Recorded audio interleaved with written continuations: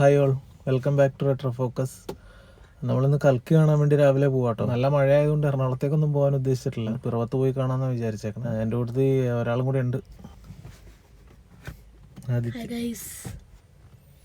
ആദിത്യൻ. ഞങ്ങൾ തിയേറ്ററിലെത്തി. എന്തായാലും സിനിമ കണ്ടു കഴിഞ്ഞിട്ട് ബാക്കി വിശേഷങ്ങൾ പറയാം കേട്ടോ. കൽക്കി സിനിമ കഴിഞ്ഞിട്ട് വന്ന വഴിയാണ്. സിനിമ എനിക്ക് ഭയങ്കരമായിട്ട് ഇഷ്ടപ്പെട്ടു. ശരിക്കും പറഞ്ഞാൽ ഒരു പ്രൗഡ് ഫീൽ തോന്നി എന്ന് വേണം പറയാൻ. നമ്മൾ ഒരുപാട് ഹോളിവുഡ് സിനിമകളൊക്കെ കാണുന്ന ആൾക്കാരാണ്. നമുക്ക് പല സിനിമകളുടെ പല സീക്വൻസുകളൊക്കെ ആയിട്ട് അല്ല ഫൈറ്റിൻ്റെ സംഗതികളൊക്കെ ആയിട്ട് നമുക്ക് പലതും റിലേറ്റ് ചെയ്യാൻ പറ്റും. പക്ഷെ എന്നാലും ഒന്നിലും പുറകോട്ട് നിന്നിട്ടില്ല എന്ന് പറയേണ്ടി വരും. അതുകൊണ്ട് തന്നെ ഈ സിനിമ നമുക്കൊരു പ്രൗഡ് ഫീൽ തരും കണ്ടു കഴിഞ്ഞിട്ടുണ്ടെങ്കിൽ. എനിക്കങ്ങനെയായിരുന്നു തോന്നിയത്. ആദ്യത്തെ ഒരു മഹാഭാരത സീൻ തുടക്കത്തിൽ കാണിക്കുന്നുണ്ട്. അപ്പോൾ അതിൻ്റെ അവിടെ എന്താണ് ഇങ്ങനെ എന്നുള്ളൊരു സാധനം തോന്നിയെങ്കിലും പിന്നീട് അങ്ങോട്ട് ഗംഭീരമാണ്. സത്യം പറഞ്ഞാൽ എനിക്ക് ഈ സിനിമ ഇനി ഒരു പ്രാവശ്യം കൂടെ കാണണമെന്നുണ്ട്. ഈ സിനിമയ്ക്ക് എത്ര രൂപ മുടക്കി എന്ന് പറഞ്ഞാലും അത് വേസ്റ്റ് ആയിട്ടുണ്ടാവില്ല. കാരണം അത്രയ്ക്ക് നല്ല ഔട്ട്പുട്ടാണ് ഈ സിനിമ തന്നേക്കണത്. കൽക്കിയുടെ ഫസ്റ്റ് പാർട്ട് എന്ന രീതിയിൽ നോക്കുമ്പോൾ ഈ സിനിമ അവസാനിപ്പിച്ചിരിക്കുന്നത് അടിപൊളിയായിട്ടാണ്.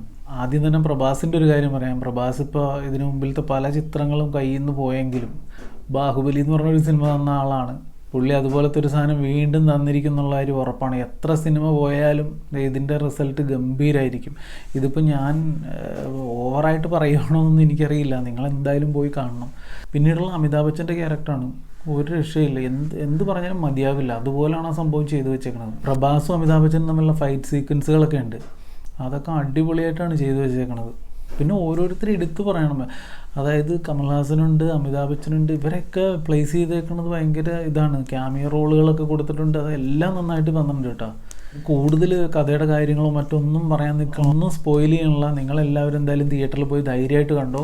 ഇഷ്ടപ്പെടും. ഹോളിവുഡ് സിനിമകളൊക്കെ ഒരുപാട് കാണുന്ന നമുക്ക് നമ്മുടെ നാട്ടിൽ നിന്ന് ഇതുപോലത്തെ ലെവലിലുള്ളൊരു സിനിമ വന്നേക്കണത് കാണുമ്പോൾ ഭയങ്കര ഒരു പ്രൗഡ് ഫീൽ തോന്നും. എനിക്കും അത് തന്നെയാണ് തോന്നിയത്.